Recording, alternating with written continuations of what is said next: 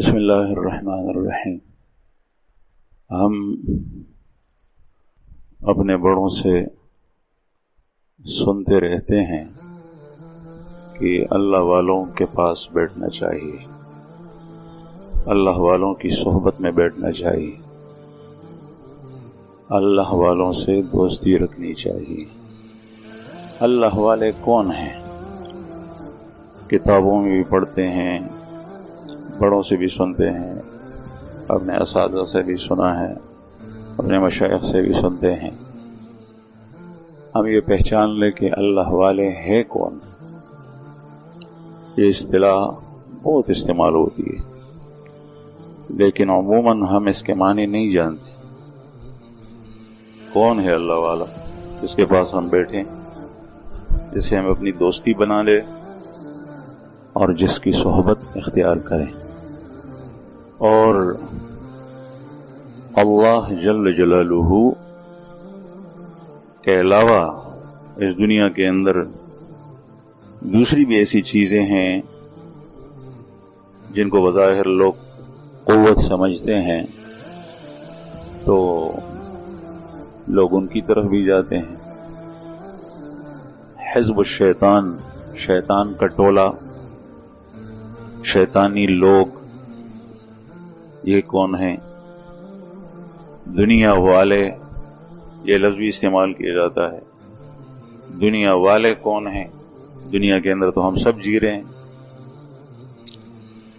اللہ کا ولی اور دوست اور مومن بھی دنیا میں جیتا ہے اور کافر بھی جی رہا ہے۔ یہ بھی زندگی کے گزار رہا ہے، زندگی کے شب و روز گزرتے ہیں، اس پر بھی اس پر بھی۔ دنیا سے تو کوئی بھی باہر نہیں۔ پھر دنیا والے کون ہیں کہ جن کا نام بری جگہ میں استعمال ہوتا ہے؟ یہ اللہ والا ہے، یہ دنیا والا ہے؟ تو یہ سوال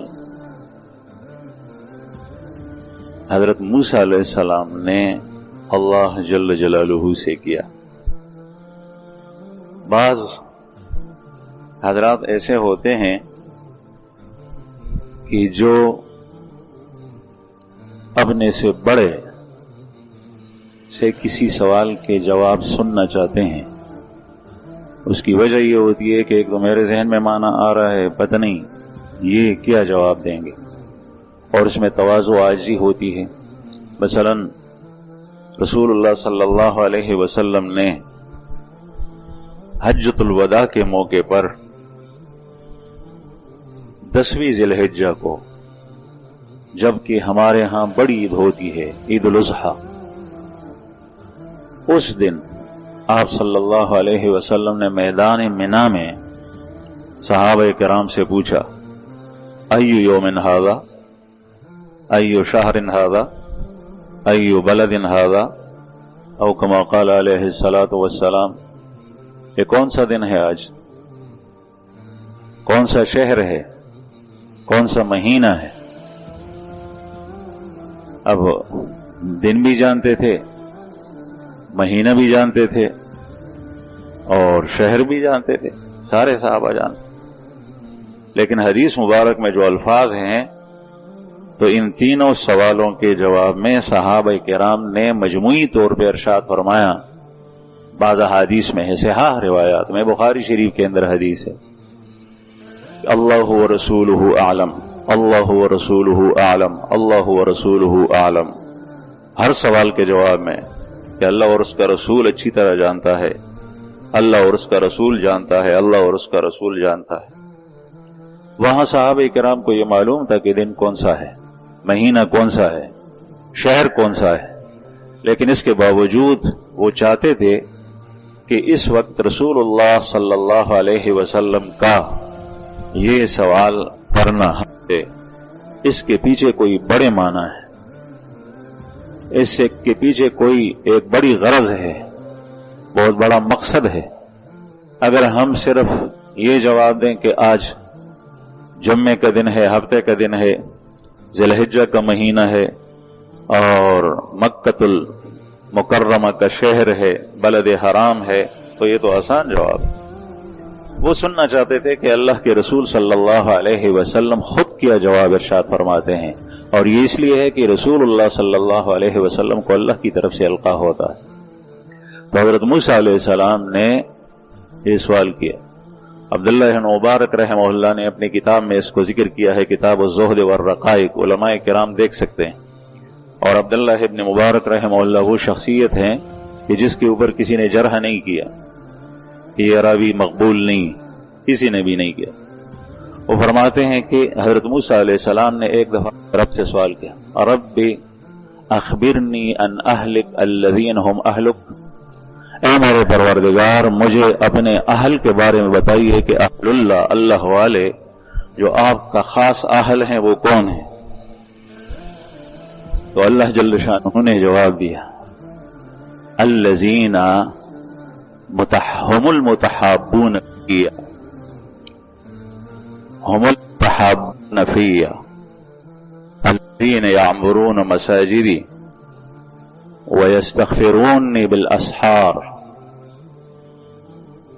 هم المتحابون في الذين يعمرون مساجدي ويستغفرون بالأسحار وإذا ذكرت ذكروا بي وإذا ذكروا ذكرت به۔ اور آگے ارشاد فرمایا کہ الذين تنيب الى طاعتي، الذين ينيبون الى طاعتي كما تنيب النسور الى بكورها، والذين اذا استحلت محاربي يغضب كما يغضب النمر حرب۔ صفات اللہ جل شانہ نے اللہ والوں کی موسیٰ علیہ السلام کو بتائی، جس میں ایک صفت یہ ارشاد فرمایا کہ ہم المتحابون فیہ، یہ وہ لوگ ہیں جو آپس میں محبت میری وجہ سے کرتے ہیں، یہ اس کو محبوب ہے اور وہ اس کو محبوب ہے۔ الذین ہم المتحابون فیہ، ان کی آپس کی محبت میری وجہ سے، دنیا کو کوئی رشتہ نہیں، دنیا کی کوئی ضرورت نہیں، بلکہ میری وجہ سے مجھ سے محبت کرتے۔ ہم المتحابون فیہ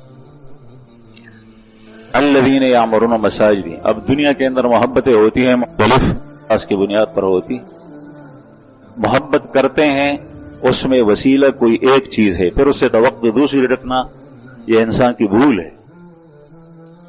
آپ کسی سے محبت دنیا کی بنا پر کرتے ہیں، میں بھی مال والا ہوں، یہ بھی مال والا ہے، پھر اس سے دینداری کی توقع رکھنا یہ آپ کی بھول ہے، آپ خطا پر ہیں، غلطی پر ہیں کہ وہ فرشتہ بن جائے، اب آپ جس طریقے سے چاہیں وہ اسی طریقے سے ہو، اس لیے کہ آپ کی محبت اس کے ساتھ اور آپ کی اس سے دوستی وہ کسی غرض کے لیے دنیا کی خاطر ہے، اور اس سے نفع کمانے سے ہے، نقصان سے بچنے کی وجہ سے ہے، اس سے آپ تمنا یہ متمنی ہے کہ یہ مجھے بڑے خسارے سے بچائے گا، مجھے بڑا فائدہ پہنچائے گا، یہ مال والا ہے، میرے پاس بھی مال ہے، وہ فقیر ہے، اس کے پاس مال نہیں ہے۔ اب اس سے کوئی اور توقع رکھنا، اللہ جل شانہ کی یاد آپ کو دلائے، آپ کو وہ کام آپ کے سامنے کرے یا آپ کو کرنے دے جس سے آپ کا رب راضی ہوتا ہے، یہ توقع رکھنا انسان کی خطا اور بھول ہے۔ تو سب سے پہلے صفت اللہ جل شانہ نے ارشاد فرمایا ہم المتحابون فیہ، جو آپس میں محبت میری وجہ سے کرتے ہیں، الذین یعمرون مساجدی، اور جو میری مسجدوں کو بناتے ہیں، میری مسجدوں کو بناتے ہیں، مسجد بناتے ہیں، اس میں مال استعمال کرتے ہیں، اس کی نگرانی کرتے ہیں، اس کے بارے میں سوچتے ہیں، اس کا نقشہ بتاتے ہیں۔ بعض لوگ یہ کہتے ہیں کہ مسجد بنانا یہ تو کوئی دنیائی تعمیر ہے، اتنا بڑا کام نہیں ہے۔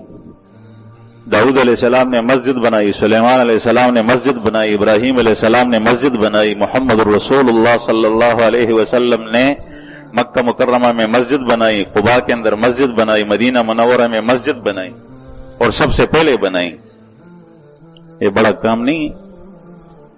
جو مسجد بناتا ہے، اپنا گھر بناتا ہے، وہ بھی بنانے والا ہے، وہ ٹھیک ہے انجینئر نہیں ہے لیکن بنوا رہا ہے، کسی سے پیسے خرچ کر رہا ہے، اس میں اپنی سوچ خرچ کر رہا ہے، بیت الخلا ایسی ہونی چاہیے، اور باورچی خانہ ایسا ہونا چاہیے اور سونے کا کمرہ ایسا ہونا چاہیے، دماغ کا پاتا ہے۔ ایک وہ ہے جو اللہ کی مسجد میں اپنا دماغ اور اپنی صلاحیتیں خرچ کرتا ہے، الذین یعمرون مساجدی۔ دوسری صفت یہ جو میری مسجدوں کو بناتا ہے، یہ سارے اللہ والے تھے جن کے میں نے نام لیے اور انہوں نے اللہ کی مسجد تعمیر کرائی۔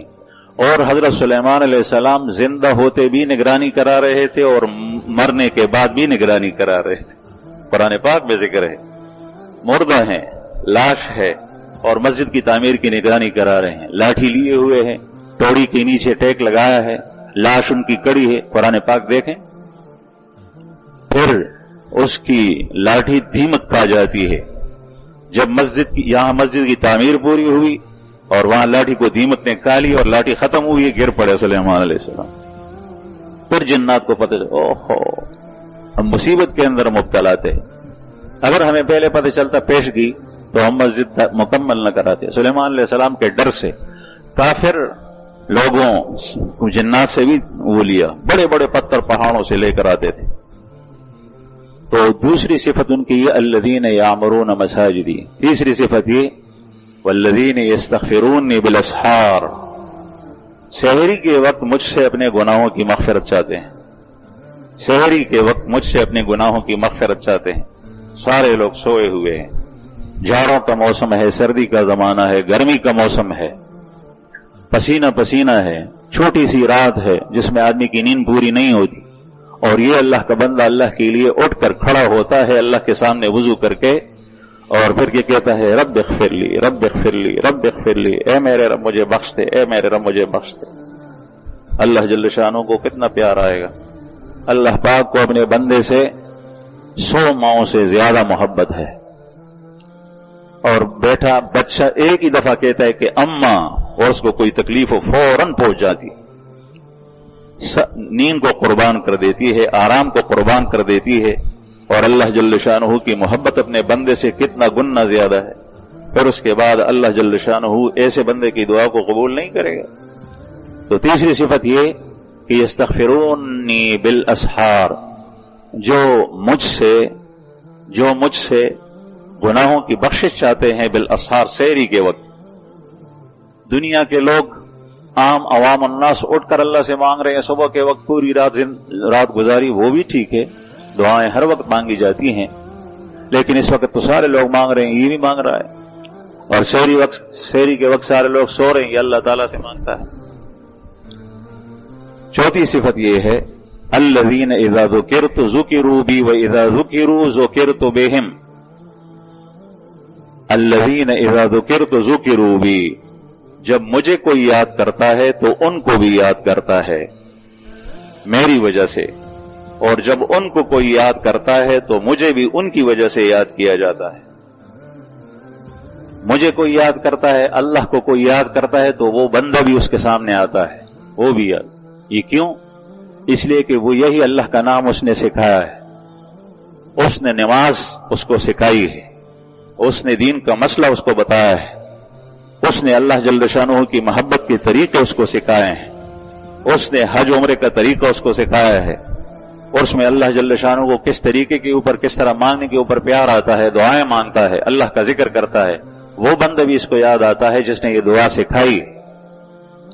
الذین اذا ذکرت ذکروا بی، جب مجھے یاد کیا جاتا ہے تو میری وجہ سے ان کو بھی یاد کیا جاتا ہے۔ وَإِذَا ذُكِرُوا ذُكِرْتُ بِهِمْ، اور جب ان کو یاد کیا جاتا ہے تو ان کی وجہ سے مجھے بھی لوگ یاد کرتے ہیں۔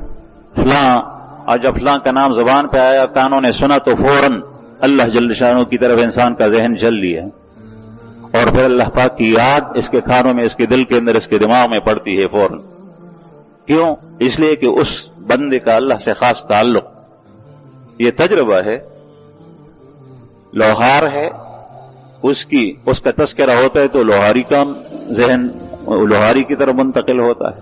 انجینئر ہے، اس کا تذکرہ ہوتا ہے تو ذہن انجینئرنگ کی طرف منتقل ہوتا ہے۔ ڈاکٹر ہے بڑا، اس کا تذکرہ ہوتا ہے تو ڈاکٹر کی طرف ذہن چلا جاتا ہے۔ کوئی اور کام سکھانے والا ہے، تذکرہ ہوتا ہے بیماری کا، صحت کا، ڈاکٹر حکیم کی طرف کسی اور کام کا ہے تو اس کی طرف ذہن چل دیتا ہے۔ تو ارشاد فرمائے الذین اذا ذکرت ذکروا بی، جب مجھے یاد کیا جاتا ہے تو میری وجہ سے ان لوگوں کو بھی یاد کیا جاتا ہے. وَإِذَا ذُكِرُوا ذُكِرْتُ بِهِمْ، اور جب ان کو یاد کیا جاتا ہے تو ان کی وجہ سے مجھے بھی یاد کیا جاتا ہے. آگے ارشاد فرمایا کہ الذین یونیبون الی طاعتی کما تنیب النسور الی وقورها، کہ وہ لوگ ہیں جو میری اطاعت، میری حکم براری کی طرف، میرے فرمان برداری کی طرف، میرے ارشاد کی تعمیل کی طرف، میرے حکام پر عمل کرنے کی طرف یوں بھاگتے ہیں، ایسے جاتے ہیں کما تنیب النسور الی وقورها، جس طریقے سے عقاب، شاہین اور باز اپنے گھونسلے کی طرف جاتا ہے. اور یہ شاہین اور عقاب اپنے گھونسلے کی طرف جاتے ہیں، دوسرے پرندہ نہیں ذکر کیا، یہ ذکر کیا. آج کل تو کوئی چیز مخفی نہیں رہی، ہم باز اور شاہین کو نہیں دیکھتے تھے. آج کل آپ کے جیبوں کے اندر موبائل ہے، میرے پاس نہیں ہے، آپ لوگوں کے پاس ہے، لیکن دیکھا میں نے بھی ہے کہ اس کے اندر مختلف ویڈیو آئے ہیں. تو اس سے میں نے اندازہ لگایا اور کچھ کتابوں سے سنا ہے کہ جب باز اور شاہین اپنے گھونسلے سے جاتا ہے تو اس کی اڑان بہت اونچی ہوتی ہے، بہت دور تک جاتا ہے شکار کے پیچھے.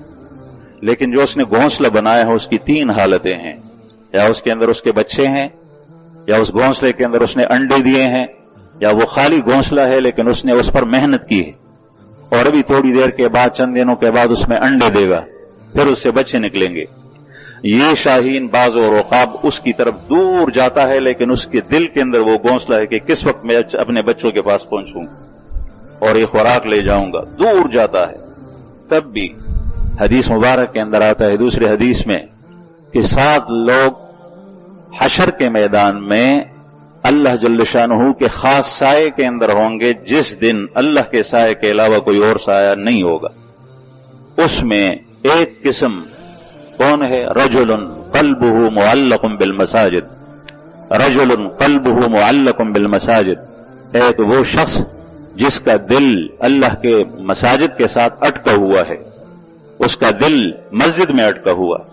دل مسجد میں اٹکا ہوا ہونے کا مطلب یہ ہے کہ اس نے فجر کی نماز پڑھ لی، یہ کھیتی پر چلا گیا، ہل چلاتا ہے، گھوڑی کرتا ہے، فصل کاٹتا ہے، فصل کو پانی دیتا ہے، لیکن اس کے دل کے اندر یہ ہے کہ ظہر کا وقت کب آئے گا کہ پھر میں مسجد میں جاؤں، کام کو چھوڑ کر جاؤں گا. ظہر کی نماز پڑھی، نکلا اپنی ضرورت کے لیے، دل اس کا معلق ہے، چاہے وہ بازار گیا، دکان پہ، تجارت کے لیے گیا، منڈی گیا یا کھیت پر گیا، اس کے دل کے اندر ہے کہ عصر کا وقت کب آئے گا، کتنا مزہ آتا ہے جماعت کے ساتھ نماز پڑھنے میں، پھر میں مسجد میں جاؤں اور اللہ کو یاد کروں اور اللہ کے لیے نماز پڑھوں. عصر کی نماز پڑھ لی، پھر مغرب کے لیے انتظار کر رہے، دل کے اندر یہی ہے کہ میں مسجد میں کس وقت پہنچوں گا. مغرب کی نماز پڑھ لی، پھر عشاء کی نماز کا انتظار کر رہا ہے، عشاء کی نماز پڑھ لی، پھر اس کے بعد پوری رات یہ سوتا بھی ہے، اپنے بچوں کو وقت بھی دیتا ہے، لیکن ساتھ ساتھ یہ بھی کہتا ہے کہ مجھے صبح سویرے اٹھنا ہے، سحری کے وقت اٹھنا ہے، یا کم از کم فجر کی نماز کے لیے اٹھنا ہے کہ میں مسجد میں پھر چلا جاؤں. وَرَجُلٌ قَلْبُهُ مُعَلَّقٌ بِالْمَسَاجِدِ.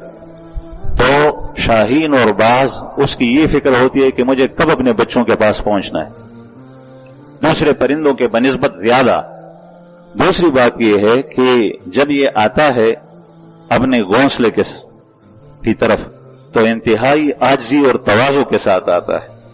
آپ دیکھیں کہ پر پھیلائے ہوئے لیکن پروں کو اس وقت حرکت نہیں دیتا، اور کتنا بڑا پرندہ اور اس کے ناخن کتنے بڑے بڑے، اس کی چونچ کیسی خطرناک کہ شکار کرتا ہے، لیکن اس کے باوجود جب گھونسلے میں بیٹھتا ہے تو کوئی انڈا وہ ضائع نہ ہو، کسی بچے کے اوپر میرے پیر نہ آئے، اس طریقے سے وہ بیٹھتا ہے کہ چھوٹے چھوٹے بچے اس کے جو ہے وہ ان کا خیال رکھتا ہے، ان کے آرام کا وہ زخمی نہ ہو.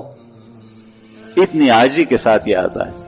تو عاجزی کے ساتھ آنا، آرام کے ساتھ آنا، وہ گردن جھکا کے آتا ہے، پر اس کے اوپر ہوتے ہیں، گردن جھکی ہوئی ہوتی ہے. الذین ینیبون الی طاعتی کما تنیب النسور الی وقورها، جو میری طاعت کی طرف اس انداز سے آتے ہیں جس طریقے سے یہ شاہین اور عقاب اور باز اپنے گھونسلوں کی طرف آتے ہیں. دل کے اندر بھی یہی ہے، پھر آتے بھی آرام سے ہیں، آرام سے آتے ہیں، آرام سے، شور شغرب نہیں. مسجد کے اندر آیا نماز پڑھنے کے لیے، بحث چھڑ گئی، کبھی کسی سے بات، کبھی کس موضوع پر بات، یہ کرو، یہ وہ کرو، یہ فلاں کرو، یہ بات ضرورت نہیں ہے، لیکن باتیں ہوتی رہتی۔ نماز میں 5 منٹ باقی ہے، پوری مسجد کے اندر ایک شور ہے، 2-3 آدمی یہاں پر بات کر رہے ہیں، 2-3 آدمی وہاں پر بات کر رہے ہیں، وہ اس طریقے سے نہیں آتا، اس کے پروں کی آواز بھی بند ہو جاتی ہے، انتہائی آرام سے اور تواضع اور عاجزی کے ساتھ آتا ہے۔ اس لیے رسول اللہ صلی اللہ علیہ وسلم کی حدیث میں اللہ جل شانہ، یہ حدیث قدسی ہے، موسیٰ علیہ السلام نے سوال کیا، اللہ پاک جواب دیتا ہے، اور اللہ جل شانہ تمام چیزوں سے باخبر ہے، وہ علیم و خبیر ذات ہے، اس نے ہر چیز کو بنایا ہے، ہر چیز سے وہ واقف ہے۔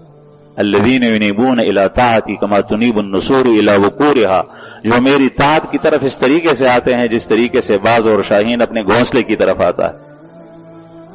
آگے 6ٹھی صفت جو بیان کی وہ یہ کہ الذین اذا استحلت محارمہ یغضبون کما یغضب النمر اذا حرب، یہ وہ لوگ ہیں کہ جب میری محرمات کی سر عام ان کا ارتکاب کیا جاتا ہے، کھلم کھلا لوگ اس کو کرتے ہیں، معاشرے کے اندر گناہ پھیل گیا، تو یہ ایسے غصہ ہوتے ہیں، یغضبون کما یغضب النمر اذا حرب، کہ جس طریقے سے چیتا وہ غصہ ہوتا ہے جب وہ لڑتا ہے۔ لڑتا ہر کوئی ہے، شیر بہت زیادہ مضبوط اور طاقتور ہے، لیکن چیتے کے پنجے اور اس کا 2 پاؤں پہ کڑا ہونا اور اس کی آنکھیں اور اس کے دانت، وہ سارے کے سارے دکھا دیتا ہے اپنے خصم اور دشمن کے مقابلے میں۔ وہ اتنا غصہ ہوتا ہے، یعنی اس سے غصے کی یہ آدمی اگرچہ یا تو ہاتھ سے زبان سے کچھ کرے گا، یا اگر نہیں کرے گا تو کم از کم اس کا غصہ اتنا ہے کہ جس طریقے سے وہ چیتا غصہ ہوتا ہے جب وہ جنگ کرتا ہے۔ بعض لوگ کہتے ہیں کہ میرے اندر غصہ ہے، اور بعض کہتے ہیں کہ فلاں غصہ ہو گیا، یہ کوئی اس کے اخلاق نہیں، ایسے اخلاق نہیں ہونے چاہیے، آرام سے نہیں۔ اللہ جل شانہ کے محرمات کے ارتکاب کے وقت میں غصہ نہ ہو، یہ بزدلی ہے، یہ اللہ کی بندگی نہیں ہے، یہ بزدل ہے، یہ مداہن ہے۔ عربی زبان میں اس کو مداہن کہتے ہیں، یعنی اللہ جل شانہ کی طاعت اور اللہ کی بندگی میں انتہائی سست بے پرواہ آدمی ہے، اس کی کوئی پرواہ ہی نہیں۔ رسول اللہ صلی اللہ علیہ وسلم سے بڑھ کر مہربان، آپ صلی اللہ علیہ وسلم سے بڑھ کر کوئی نرم اخلاق والا دنیا میں کوئی ہو نہیں سکتا، لیکن ام المومنین حضرت عائشہ رضی اللہ عنہا فرماتی ہیں کہ رسول اللہ صلی اللہ علیہ وسلم کبھی اپنی ذات کی خاطر غصہ نہیں ہوئے، لیکن جب شریعت کی مخالفت کہیں ہوتی تھی تو آپ اتنے غصہ ہوتے تھے کہ آپ کے غصے کے سامنے کوئی کھڑا نہیں ہو سکتا، دیکھ نہیں سکتے تھے لوگ، اتنے غصہ ہو۔ نافرمانی جہاں بھی کی جاتی تو اللہ کا رسول غصہ ہوتا، اس لیے وہ کبھی بھی خاموش نہیں ہوگا، وہ اسی وقت اس پہ انکار کرتا ہے کہ نہیں یہ بات غلط ہے، ایسا نہیں ہے، یہ نہیں۔ اس لیے رسول اللہ صلی اللہ علیہ وسلم وعظ کے وقت بھی ایک شخص نے، بخاری شریف کے اندر حدیث ہے، اور اس نے کہا کہ یا رسول اللہ، کوئی شخص گری پڑی چیز کو راستے کے اندر دیکھ لے، اس کو اٹھا لے یا نہیں؟ تو آپ صلی اللہ علیہ وسلم نے جواب دیا کہ اٹھا لے، اس کا اعلان کرے، مالک آ جائے تو اس کو دے دے، کسی فقیر کو دے، ورنہ یہ خود فقیر ہے تو اپنے استعمال میں لے آئے۔ پھر اس شخص نے کہا کہ بکری، آپ صلی اللہ علیہ وسلم نے ارشاد فرمایا بکری کا بھی یہ حکم ہے، دور پہاڑوں کے اندر گئی ہے اکیلے، تو اس کا مطلب یہ ہے کہ یہ راستہ بھول گئی ہے اور اس کے ساتھ مالک نہیں ہے یہاں، ورنہ وہ ریوڑ کے بغیر نہیں چرتی اتنی دور آبادی سے۔ پھر اس شخص نے کہا کہ فضالت الابل، اگر اونٹ کھو گیا ہے، اونٹ اس کے ساتھ مالک نہیں ہے، وہ جنگلوں میں پھر رہا ہے، تو آپ صلی اللہ علیہ وسلم غصہ ہوئے اور غصہ ہو کر یہ ارشاد فرمایا کہ 13 اونٹ سے کیا واسطہ، 13 اونٹ سے کیا، اس کے پاس لمبے لمبے پیر ہیں، ٹانگ ہیں، اور اس کے ٹانگوں کے آخری حصے میں جوتے ہیں، آپ نے ارشاد فرمایا جوتے ہیں حذا، اس کا مطلب یہ ہے کہ اس کے پاؤں اور اس کی ٹانگیں اللہ جل شانہ نے ایسی بنائی ہے کہ جو بہت دور جاتا ہے، نہ پہاڑوں سے اس کو کوئی پرواہ، نہ ریگستانی علاقوں سے، نہ کانٹوں سے، نہ کانٹے دار شاخ سے اس کو کوئی دکھ اور تکلیف، وہ دور چلا جائے تو جائے۔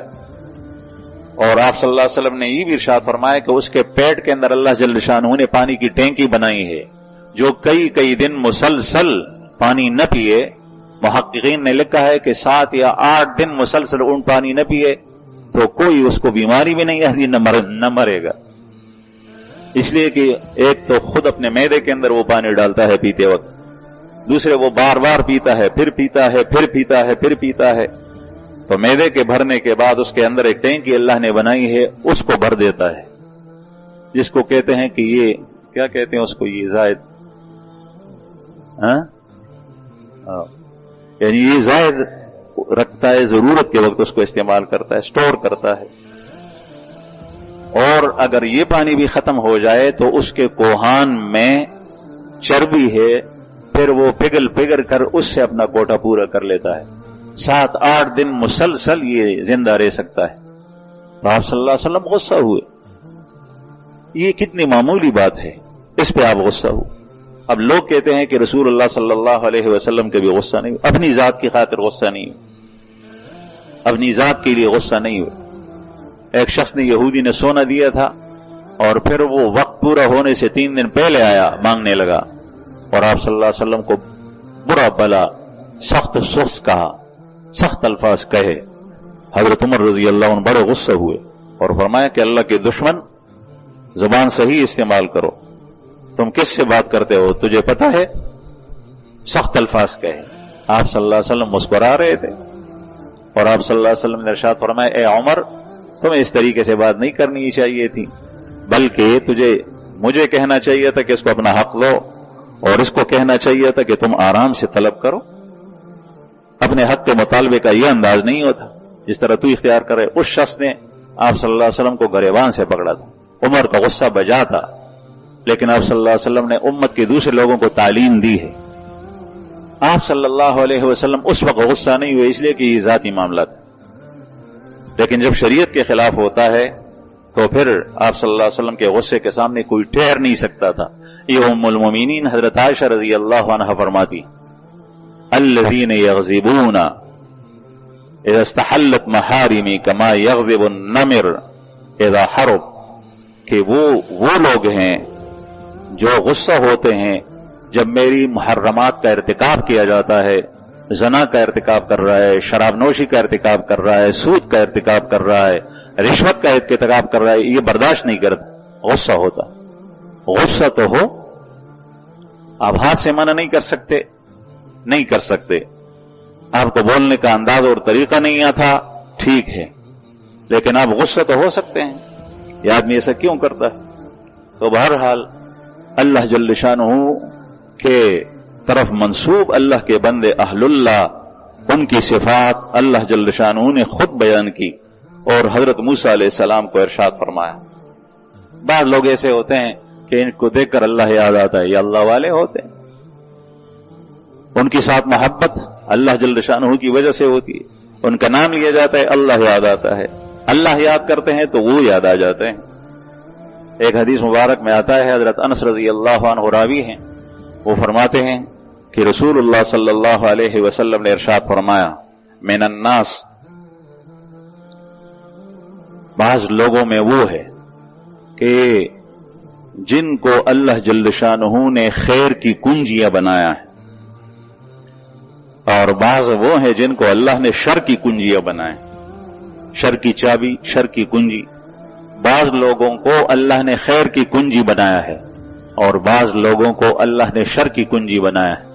فَطُوبَى لِمَنْ جَعَلَ اللَّهُ مَفَاتِيحَ الْخَيْرِ عَلَى يَدَيْهِ وَوَيْلٌ لِمَنْ جَعَلَ اللَّهُ مَفَاتِيحَ الشَّرِّ عَلَى يَدَيْهِ، خوش قسمتی ہے اس شخص کے لیے، جنت ہے اس شخص کے لیے، یا جنت میں ایک شجر طوبہ ہے اس شخص کے لیے، یا جنت کا اعلیٰ مرتبہ ہے اس شخص کے لیے جس کے ہاتھوں میں اللہ نے خیر کی چابیاں رکھی۔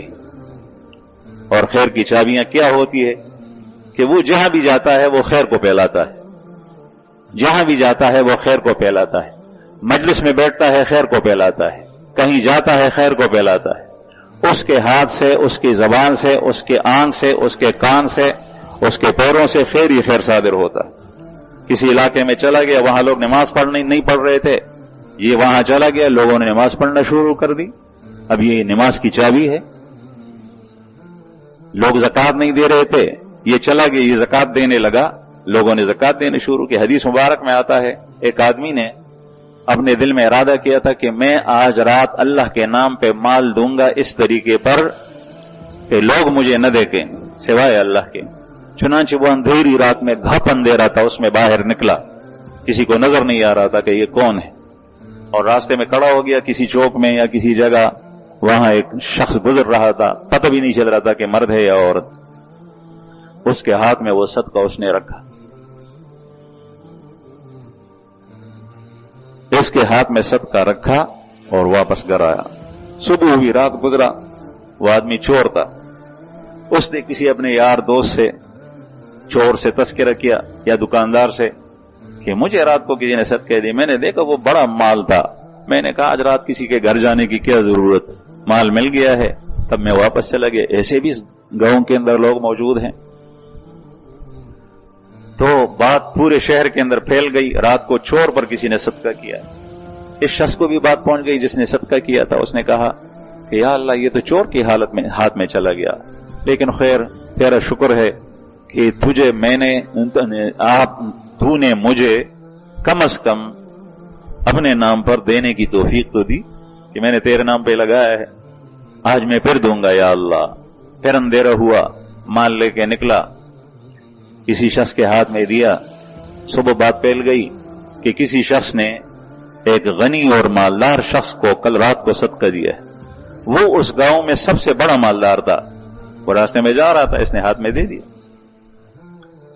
وہ مالدار بھی حیران، لوگ حیران ہو گئے۔ اس کے پاس جب بات پہنچ گئی، اس نے کہا کہ یا اللہ تیرا شکر ہے، چاہے مالدار کے ہاتھ میں گیا لیکن دیا تو تیرے نام پر ہے، آج میں پھر دیکھوں گا۔ تھوڑا سا مال باقی تھا تو ارادہ کیا، پھر راستے میں کھڑا ہوا، اندھیرا تھا تو ایک سایہ سا آ رہا ہے، اس کے ہاتھ میں اس نے دیا، پتہ بھی نہیں چل رہا تھا کہ مرد ہے یا عورت۔ صبح پتہ چلا کہ وہ عورت تھی اور وہ فاحشہ تھی، زانیہ تھی، بدکار عورت تھی، زنا کے ارادے سے کہیں جا رہی تھی۔ اس کو جب مال مل گیا تو اسی لیے تو وہ کر رہی تھی، وہ گھر واپس چلی گئی، لیکن اس نے دوسری عورت کو بتایا، وہ بات پھیل گئی۔ صبح اس کے پاس بھی وہ بات پہنچ گئی، اس نے کہا یا اللہ تیرا شکر ہے، لیکن میں نے تو چور کو دیا، غنی کو دیا، عورت کی دیا۔ اللہ تعالیٰ کی طرف سے جواب آیا۔ جواب کس طرح آیا؟ یا تو الہاماً اس کے دل میں ڈال دیا اور وہ سچا الہام تھا، یا پیغمبر کے ذریعے سے بتلایا گیا، اور یا اس نے خواب کے اندر دیکھا، اور خواب سچے بھی ہوتے ہیں۔ رسول اللہ صلی اللہ علیہ وسلم نے ارشاد فرمایا جس میں اللہ کی طرف سے بتایا گیا کہ تو نے جو سارق کو دیا وہ بھی میں نے قبول کیا، اور جو غنی کو دیا وہ بھی میں نے قبول کیا، اور جو زانیہ کو دیا وہ بھی میں نے قبول کیا ہے، اور تو نے جو سارق چور کو دیا ہے تو وہ تیرے دینے کی وجہ سے چوری سے اس نے توبہ کی۔ اس نے کہا میں تو چوری کرتا ہوں، اور ایسے لوگ بھی ہیں کہ جو اللہ کے نام پر اندھیرے میں دیتے ہیں۔ غنی مالدار جو تھا وہ بخیل تھا، وہ صدقہ اللہ کے نام پہ نہیں دے رہا تھا، اس نے اس سے توبہ کی اور کہا کہ میں آئندہ اللہ کے نام پہ مال دوں گا، چنانچہ وہ بھی دینے لگا، سخی بن گیا۔ اور جو زانی عورت تھی اس نے اپنے بدکاری سے توبہ کی۔ تو بہرحال میں یہ عرض کر رہا تھا کہ حدیث مبارک میں آتا ہے، حضرت انس رضی اللہ عنہ راوی ہیں کہ بعض لوگ ایسے ہیں جن کو اللہ نے خیر کی چابی اور کنجی بنایا ہے، جہاں جاتے ہیں خیر پھیلاتے ہیں، اور بعض وہ لوگ ہیں جن کو اللہ نے شر کی کنجی بنایا ہے، جہاں جاتا ہے شر پھیلاتا ہے، جہاں جاتا ہے شر، کسی مجلس میں بیٹھ گیا شر پھیلاتا ہے، لڑوانا یہ بھی شر ہے، اور چوری کے طریقے بتلانا یہ بھی شر ہے، حرام کے طریقے بتلانا یہ بھی شر ہے، خیر کے کاموں سے کسی کو روکنا یہ بھی شر ہے۔ بعض لوگ خود بھی نہیں دیتے، ایسے شمپڑت ہوتے ہیں، لیکن جب دوسرا دیتا ہے تو کہتا ہے کہ تیرے بھی بچے ہیں، تیری بھی بیوی ہے، استقبل بچی نشتا ظالمہ دا تمہارا پیسے چور کے تب سکے سائے اور پسیوزی چرگ چسمر غٹی گنو دا گئی زیدمر تنگی۔ بس یہ بھی ایسا ہے کہ جتنا اس کو اللہ تعالیٰ مان لیتا ہے اتنا بخیل ہوتے ہے، دوسرا دیتا ہے تو اس پہ بھی مرتا ہے۔ تو بہرحال عرض ہی کر رہا تھا کہ یہ تو ہم سنتے ہیں، بولتے بھی ہیں، اللہ والوں کے پاس بیٹھنا چاہیے، اللہ والا بننا چاہیے۔ تو اللہ والا کون ہوتا ہے، اس میں کیا صفات ہوتی ہیں؟ اس حدیث مبارک کے اندر یہ حدیث قدسی ہے، اللہ جل شانہ نے خود ایک پیغمبر کو حضرت موسیٰ علیہ السلام کو ارشاد فرمائی یہ اس کی نشانیاں ہیں. اب ایسی نشانیوں کو ڈھونڈ کر آدمی کو چاہیے کہ ایسے لوگوں کے پاس بیٹھ جائیں. اللہ تعالی ہمیں اپنی اچھی باتوں پر ہمیں عمل کرنا نصیب فرمائے.